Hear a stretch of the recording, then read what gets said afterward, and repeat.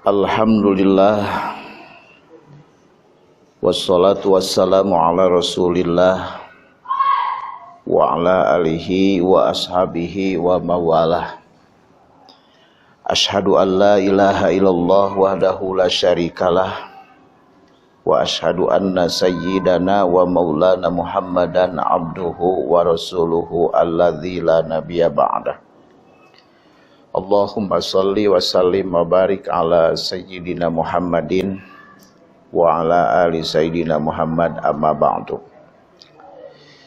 Alhamdulillah kita pada malam ini oleh Allah masih diberikan kesempatan untuk berkumpul bersama-sama bersilaturahmi di haflah mubarakah ini. Semoga amaliyah kita pada malam ini dijadikan oleh Allah sebagai amal ibadah yang makbul, yang diterima oleh Allah Subhanahu wa taala. Amin. Allahumma ya Allah ya rabbal alamin. Pada malam ini kita niat tabaruk saja, tadarus ya, walaupun hanya satu ayat karena mungkin waktunya juga sangat singkat. Namun insya Allah di waktu yang sangat singkat ini kita bisa memanfaatkan waktu yang sebaik-baiknya sehingga waktu ini sangat bernilai dan bermanfaat di hadapan Allah Subhanahu wa taala. Kemarin kita hudal lil muttaqin ya. Sekarang alladzina yu'minuna bil ghaibi wa yuqimuna sholata wa mimma razaqnahum yunfiqun. Alladzina yu'minuna, yaitu orang-orang yang beriman kepada yang gaib. Alladzina yu'minuna bil ghaibi, yaitu orang-orang yang beriman atau mereka ya yang beriman kepada alam gaib atau kepada yang gaib. Alladzina di situ diawali dengan alif lam. Namanya menurut ilmu tajwid disebut alif lam syamsiyah ya. Lalu alladzina alif lam syamsiyah itu seperti yang kita maklumi mempunyai hurufnya 14 ya Pak ya. Jadi huruf alif lam syamsiyah itu semuanya hurufnya ada berapa? Ada berapa? 14. Jadi huruf hizaiyah dibagi dua. Yang separoh ke alif lam qamariyah, yang separoh lagi alif lam syamsiyah. Kan huruf hijaiyah semuanya ada berapa? 28. Jadi 14 huruf alif lam syamsiyah. Nah, di antaranya salah satunya ini alladzina yu'minuna, alladzina ketika ia dimatikan adanya setelah baris kasroh. Jadi yang di bawah itu namanya itu sakal, itu baris kasroh di bawah. Itu disebutnya kemarin madtobi. Panjangnya madtobi itu adalah dua harokat. Satu alif, dua harokat. Ketika kita membaca alladzi itu jangan terlalu panjang, jangan sampai tidak sama sekali ya. Kalau tidak sama sekali itu seolah-olah melewat. Alladzina itu tidak sama sekali. Jadi dua ketukan, ya, satu alif, dua harkat, dua ketukan. Alladzina yu'minu yu. Karena biasanya itu panjang, karena ada hamzah jadi ditekan yu. Tapi nggak boleh yu. Jadi kadang-kadang kita ini ke ain, ya. Jadi yu. Ya. Yu'minuna bil ghaib. Yu'minu. Panjang ya. Mantawi'i lagi. Bil ghaib.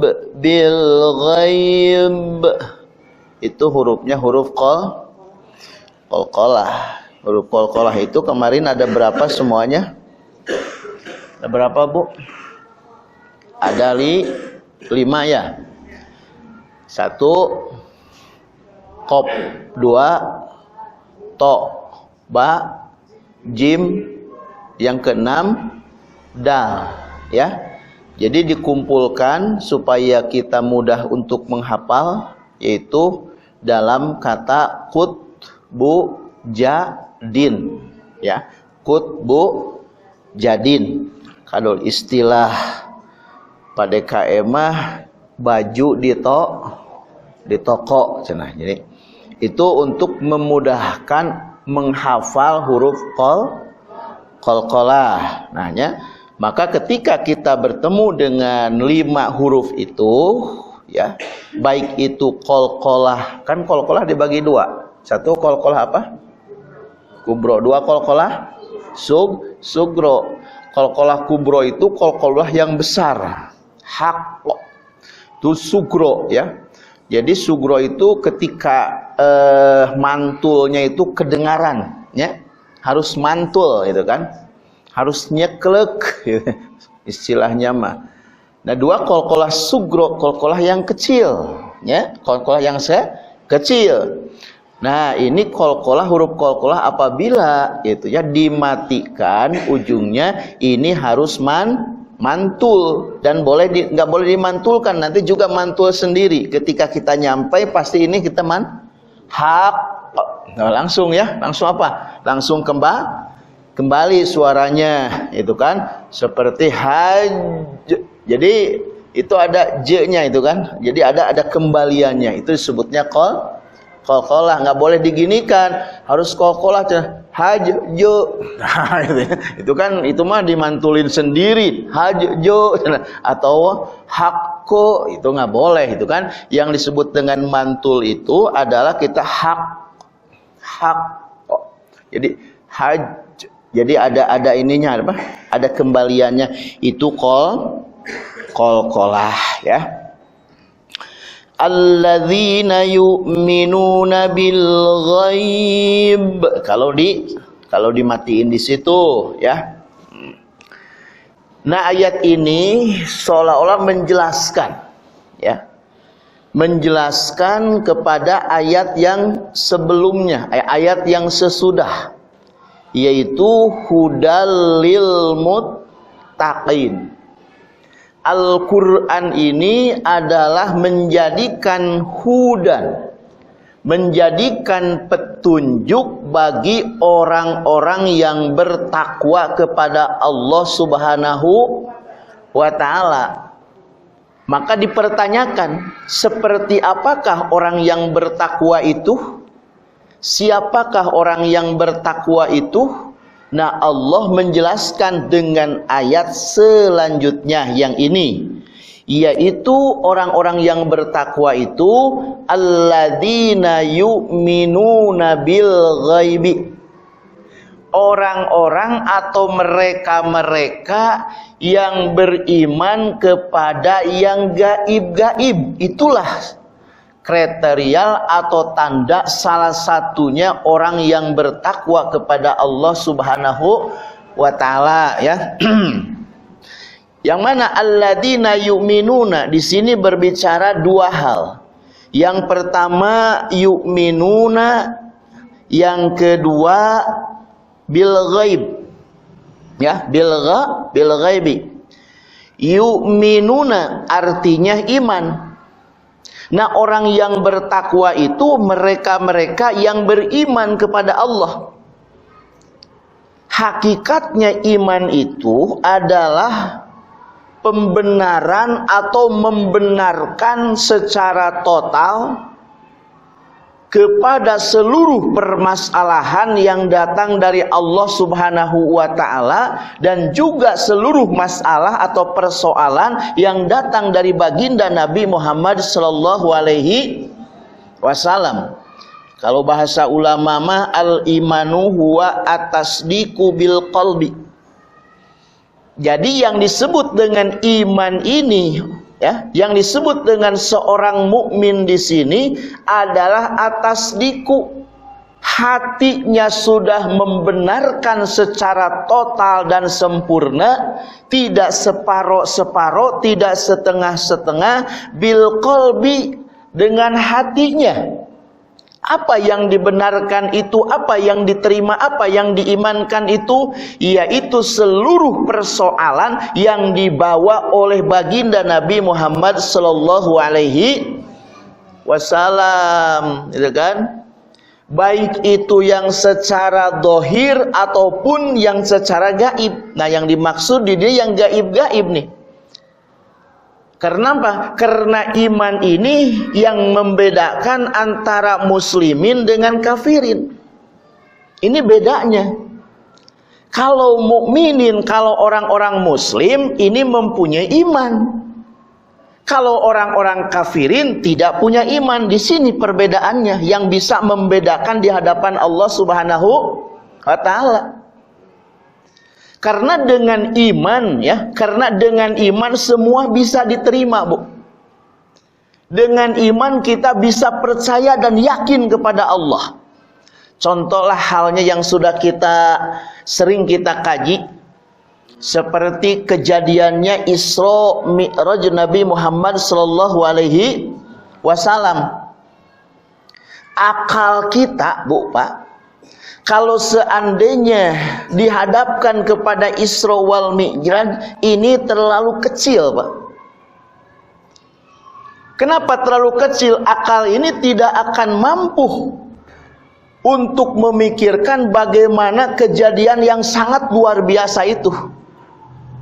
Sehingga ketidakmampuannya, sehingga kekecilan akal kita ini tidak bisa menerima dan tidak bisa mempercayai kejadian itu, Bu. Maka Rasulullah Shallallahu Alaihi Wasallam berangkat sepertiga malam sebelum subuh sudah sampai lagi di masjid. Ya, itu pun Rasulullah sudah berjalan Isra dari Masjidil Haram sampai Masjidil Aqsa. Kalau berjalan kuda unta itu dicepret itu sampai 2 hari 2 malam baru nyampe. Dari Masjidil Haram ke Masjidil Aqsa. Ini Rasulullah di samping dari Masjidil Haram ke Masjidil Aqsa, ini ada tambahan ke Baitul Muqaddas. Di situ naik ke langit 1, 2, 3 sampai 7, Rob Adnan sampai Mustawan. 3 alam dijangkau dengan begitu relatif singkat waktunya. Pertama alam manusia, mana alam manusia? Masjidil Haram ke Masjidil Aqsa, itu alam manusia, alam nasut disebutnya. Yang kedua ada alam malakut, alam malaikat. Dari mana? Langit 1, kedua, ketiga, ketujuh. Itu alam malakut, alam malaikat. Yang ketiga alam lahut jabarut, alam ketuhanan, alam kewisesaan, alam dat Allah Subhanahu wa ta'ala. 3 alam oleh baginda Nabi, alam manusia, alam nasut, alam lahut, alam malakut dilintasi dengan hanya 1 malam. Bu, Pak, kalau seandainya itu diterima dengan akal kita kekecilan, dengan akal kita tidak akan mampu, tidak akan menerima, tidak akan percaya terjadinya Isra Mi'raj. Ini bukti orang-orang pintar Abu Jahal, Abu Lahab dan Abu Sofyan dan abu-abu yang lain. Ketika Rasulullah pagi hari mengumumkan, wahai saudara-saudaraku, bahwa saya tadi malam berangkat saya dari Masjidil Haram ke Masjidil Aqsa, kemudian saya dari langit ke-1, ke-2 Rafrat Mustawan sampai Adnan. Hanya dengan itu saya sudah sampai lagi sebelum subuh di Masjidil Haram. Nih saya akan mengguar oleh-olehnya atau perintah Allah Subhanahu wa taala. Saya diperlihatkan dengan ini dan itu warna-warni kejadian ketika saya berjalan dari langit 1 sampai langit ke-7. Ini berita, Bu, latang umat. Oh, datang siapa? Abu Bakar Siddiq paling dulu. Kata Abu Bakar ini kalau pakai otak tidak akan masuk, Bu.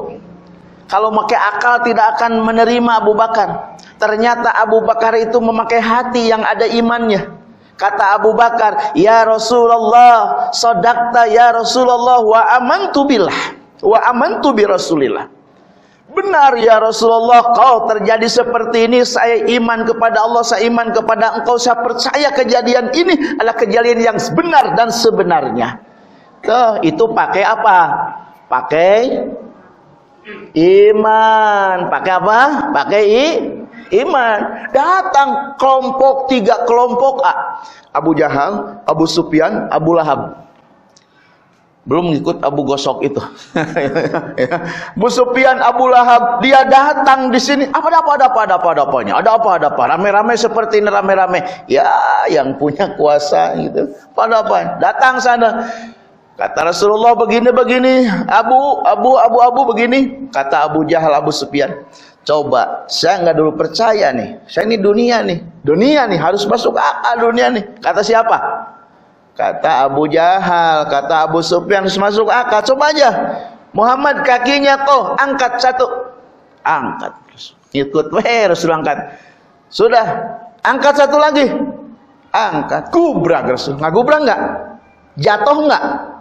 Kaki 1 diangkat, yang 1 diangkat, jatuh nggak? Jatuh.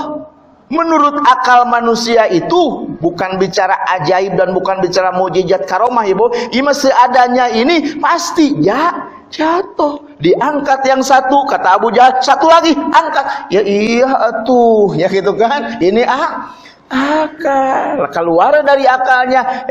Muhammad jangan omdo. Apa omdo?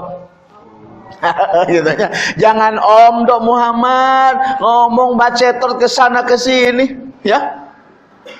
Ngaku sudah Masjidil Haram, Masjidil Aqsa, kita jalan juga sampai 3 hari 3 malam ke sana belum nyampe. Kamu ngaku ke sono cuman beberapa menit, pakai otak Muhammad atuh. Ulah ngabodor hareupeun jojon. Nih kita ngabodor hareupeun pajojonnya masa itu udah hareupeun bodor, ya.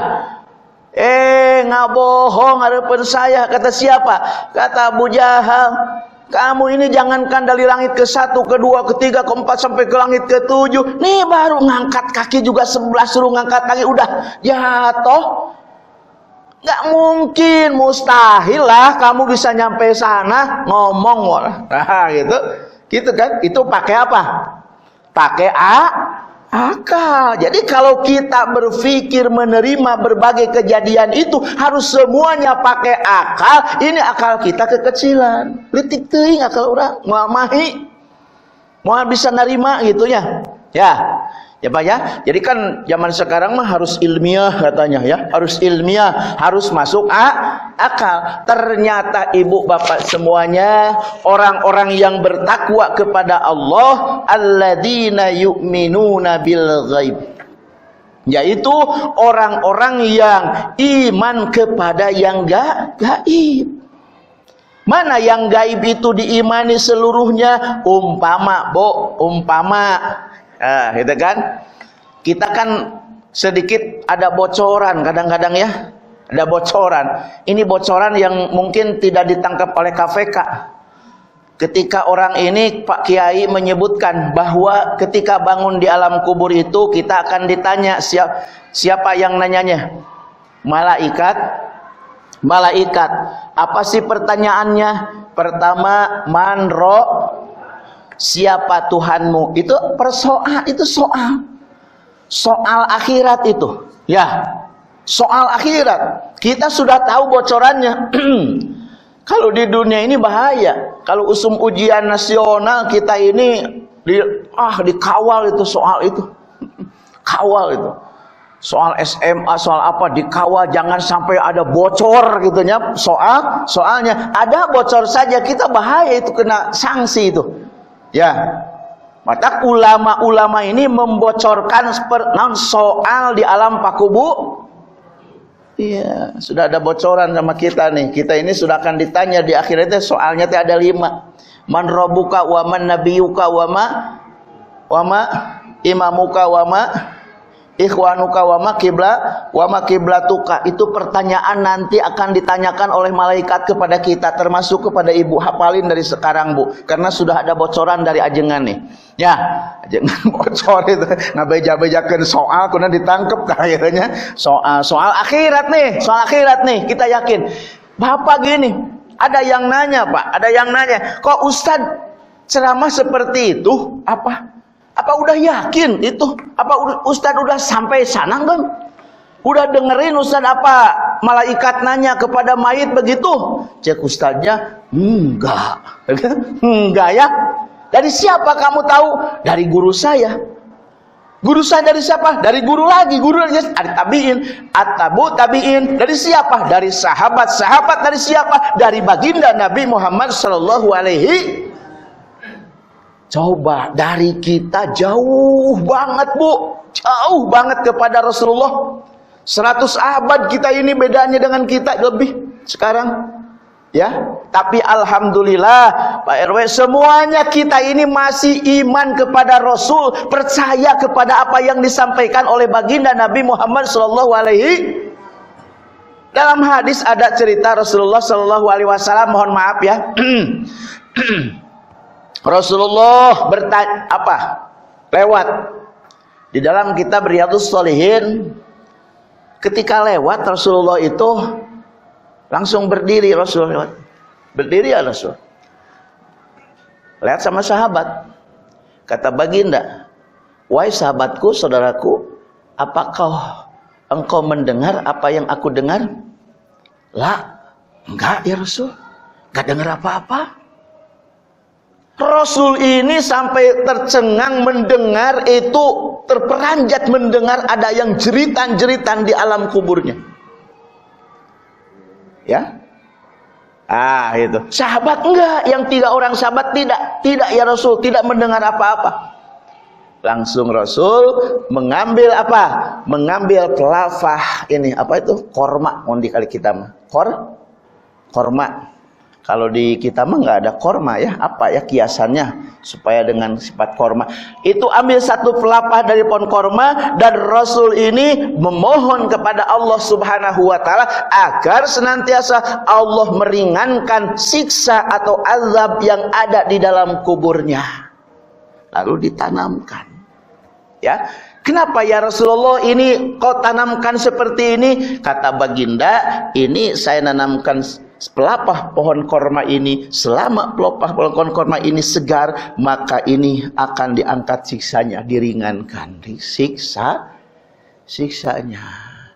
Maka di situ kalau percaya kita ini pada hadis itu, kita ada orang yang yang menanam atau pelapah pohon atau pelapah apa saja ditanam di situ, insya Allah di situ akan sampai dan disampaikan oleh Allah Subhanahu wa taala.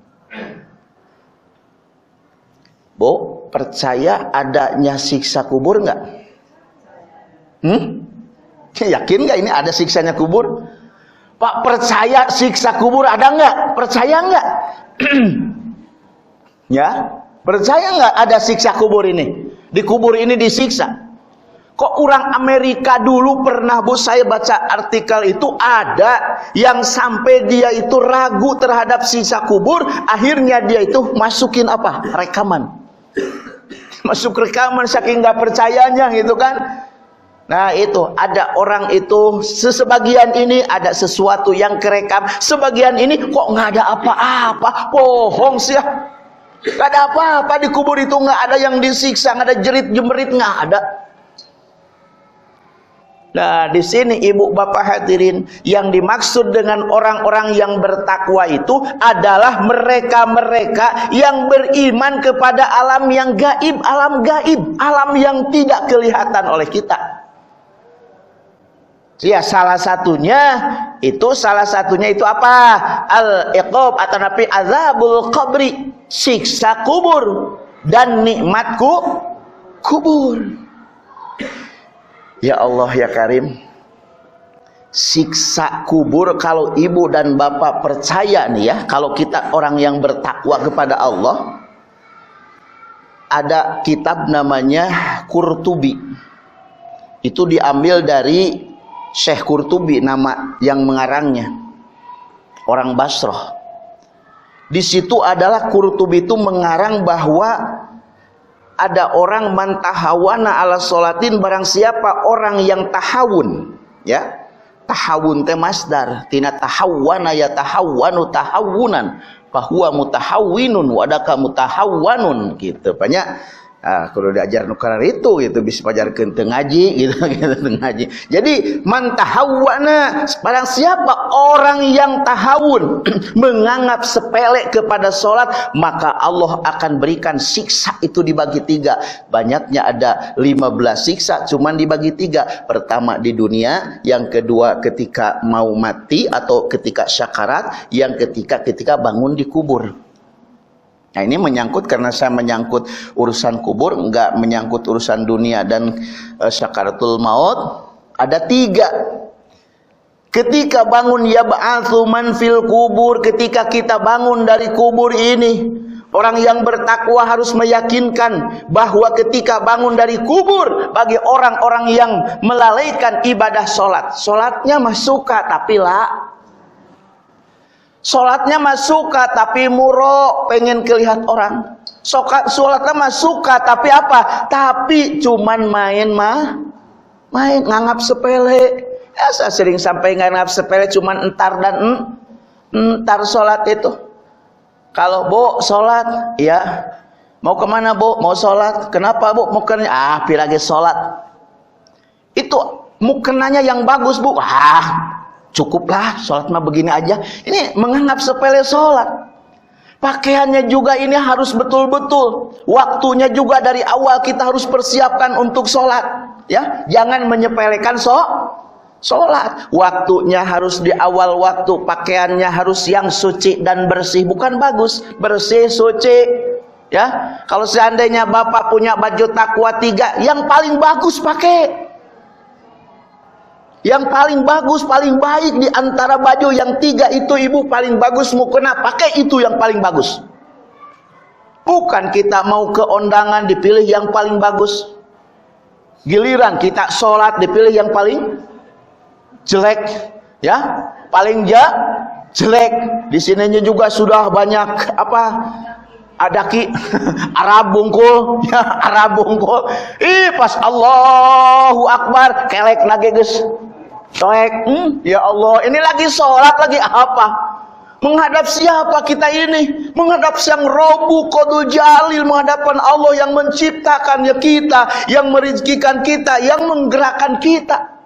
Berarti pakaian kita harus yang lebih bagus, lebih baik. Tong direretan ibu. Mau kena bisa anu soeh cenah itu. Nah, yang paling bagus ya, paling bagus ya. Kalau punya gamis, pakailah gamis lah, nggak apa-apa. Ya. Kalau pakai sarung, saya juga bawa pakai sarung. Kalau pakai celana, di dalamnya juga pakai celana saya. Kalau pakai kolor lagi, di dalam pakai kolor lagi. Kenapa Ustaz sampai berkakap itu? Pertama, saya ini menjaga sesuatu yang yang serba mungkin. Mungkin bisa bolong ya, gitu ya. Kayak bolong, pas gamis bolong, kolor bolong, kan nggak sah gitu kan? Gitu. Terus kemudian kalau seandainya kita banyak lapisan itu, kalau seandainya dibetot budak, ya ada sisanya gitu kan? Yang utama kita ini celana dalam, sontog, sarung, gamis, umpamanya kaos, kemeja, kaos sangsang, semuanya ikut memohon dan berdoa, itu semuanya. Jangan kira ini, ya, baca dalam surat Yasin ini. Bima kasabat aydinas. Jadi setiap langkah kita, apapun yang dipegang oleh kita, apapun yang dilihat oleh kita untuk melakukan kebaikan, semuanya ikut memohonkan. Semua ikut berdoa. Kata baju ini, ya Allah, semoga orang ini menjadikan amalnya jadi amal yang makbul. Kami saksinya ya Allah. Tahu kan?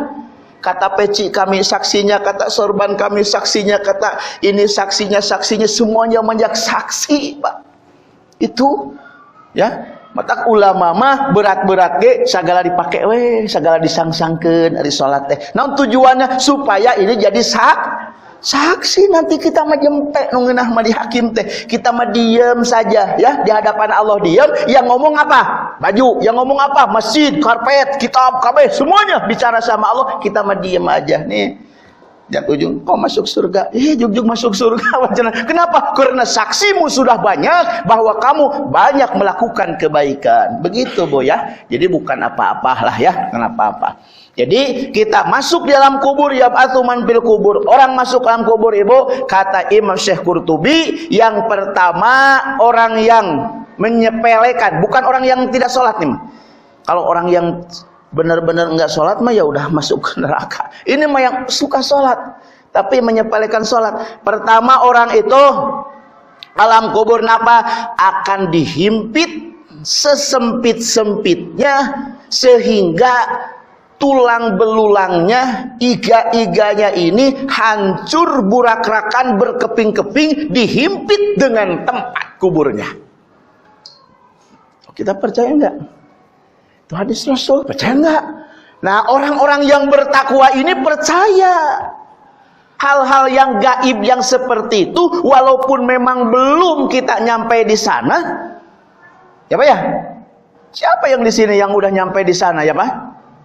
Belum nyampe di sana, nanti ini ada kabar dari baginda Nabi Muhammad SAW bahwa orang masuk kubur, orang yang menyepelekan sholat nanti akan dihimpit oleh kuburnya sehingga tulangnya hancur.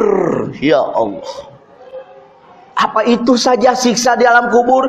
Ketika orang bangun lagi, maka datang itu ada ular, namanya ular Sujaul Aqra. Udah kenal orang Sujaul Aqra? Udah tahu? Belum ketemu? Pengen? Ya, tinggal kita sepelin sholat aja, nanti ketemu. Sepelin aja sholat. Untuk apa sholat? Silahkan nanti aja sholat mah ya. Duhur Bu, Pak. Nanti aja lah, baru duhur, baru dor gitu kan. Ini kita sepele aja, nganggap enteng aja, enteng lah. Enteng. Tidak begitu apa ketika Allahu Akbar dengar adzan tidak langsung ya Allah ini undanganmu ya Allah. Langsung gusak-gusak. Apa ya mas sejadah neng mana mau kena mana ininya mana itunya. Kita pergi berangkat. Aduh ayo ini undangan Allah. Nah itu. Orang yang bagus seperti itu ketika mendapatkan undangan Allah itu, semuanya yang bersangkutan dengan manusia, dengan dunia, kita menghadap kepada Allah Subhanahu wa taala. Ya. Nah, makanya orangnya itu akan datang Sujaul Aqra. Orang Sujaul Aqra itu katanya ceritanya punya mau percaya, kita juga belum pernah melihat, walaupun memang melihat naudzubillah ya. Gitu kan. Namun kita ini kalau percaya nih Sujaul Aqra ini akan menyiksa di sana, Bu. Orang yang ininya enggak apa? Yang sholatnya enggak benar, yang sholatnya dianggap sepele, nanti ular itu tak sini. Melit-melit pas ini begini. Ini, Bu. Jadi ular yang besar itu, ketika ular itu yang besar langsung kau menyepelekan sholat. Ya, gitu kan, cek kepala teh langsung ibu satu kali ini kupasan hancur kepala orang itu. Nanti Allah jadikan lagi, hancurkan lagi. Allah jadikan lagi, hancurkan lagi. Selama dan seterus sebelumnya kiamat itu terus menerus disiksa seperti itu. Orang yang menyepelekan ibadah sholat.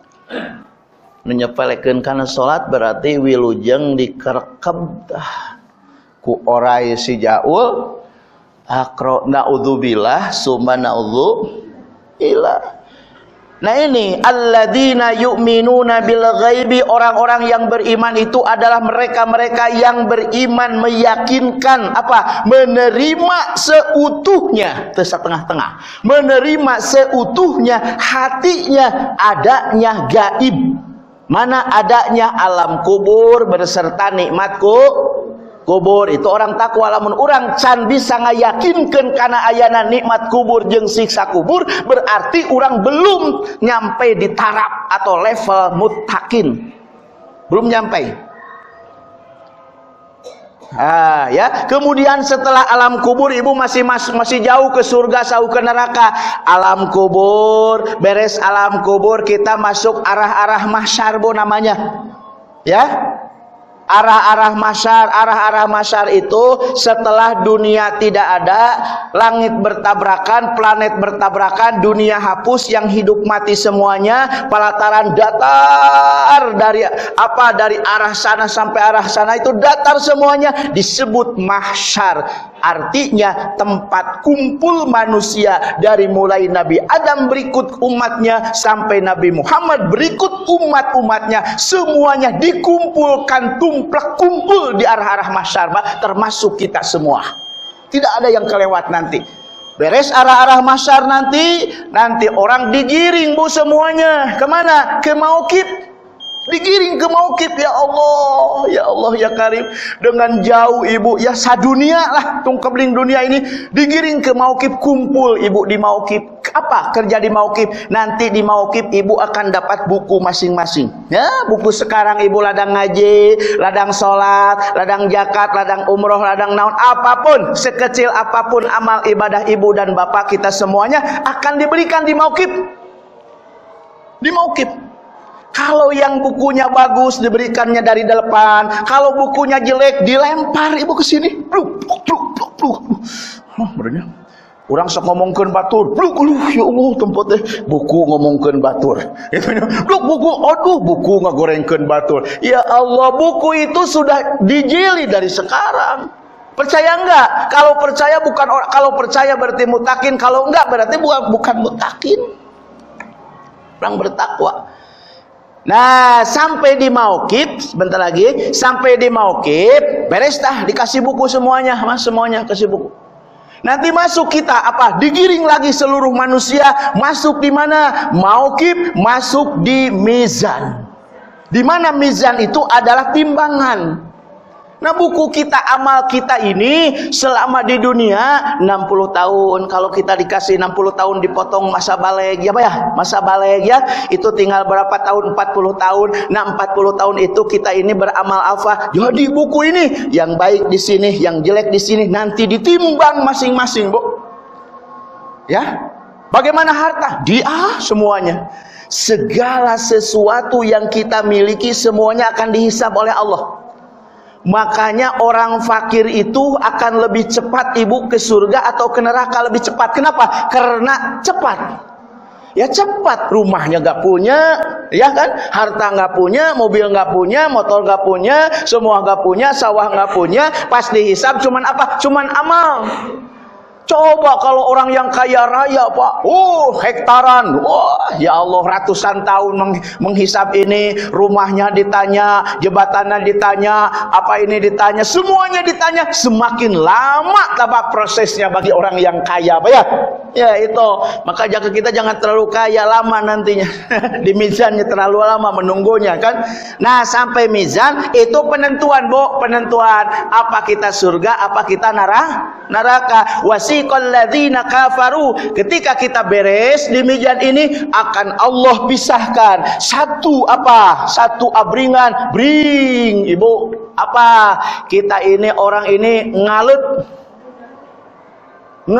ibu, ngengkei, ngabandalet kata orang kita, sampai ada yang ke surga ke neraka itu sudah selesai apa? Sudah setelah perhitungan. Maka dalam sini alladzina yu'minuna bil ghaibi itu orang-orang yang bertakwa itu adalah mereka-mereka yang mengimani secara total, yaitu apa? Ke alam gaib, mulai dari alam kubur sampai mauqif mahsyar dan selanjutnya itu adalah orang-orang yang bertakwa kepada Allah Subhanahu wa taala. Mungkinlah kalau dibahas semuanya antara gaib kita dengan gaib Allah, karena gaib itu ada dua, itu terlalu panjang ya Pak ya. Ya insyaallah kita akan lanjutkan lagi mungkin ayatnya di minggu yang akan datang, karena kita sudah masuk di waktu Isya. Mudah-mudahan satu kali lagi semuanya ibu bermanfaat Bu ya, bermanfaat dan punya pahala ya, punya pahalanya yang besar ibu ya.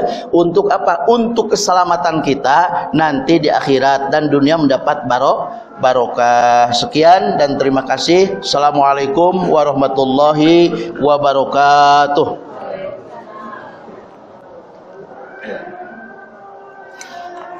An Ibni Abbas royatu sallallahu alaihi wasallam saudah waliwa'uhu abyad. Sesungguhnya bendera Rasulullah sallallahu alaihi wasallam itu warnanya putih dan panjinya berwarna hitam. Dalam kemudian hadis yang lain dikatakan maktubun alaihi la ilaha illallah Muhammadur Rasulullah, bahwa sesungguhnya tertulis di dalamnya la ilaha illallah Muhammadur Rasulullah.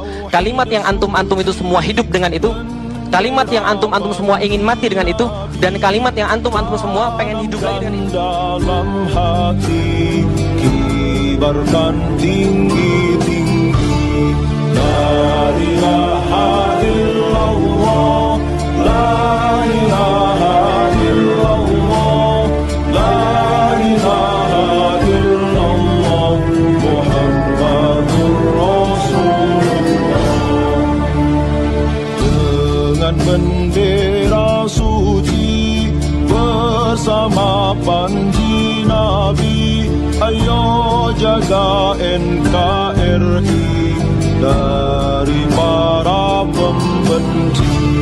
La ilaha illallah, la ilaha illallah, la ilaha illallah Muhammadur Rasulullah.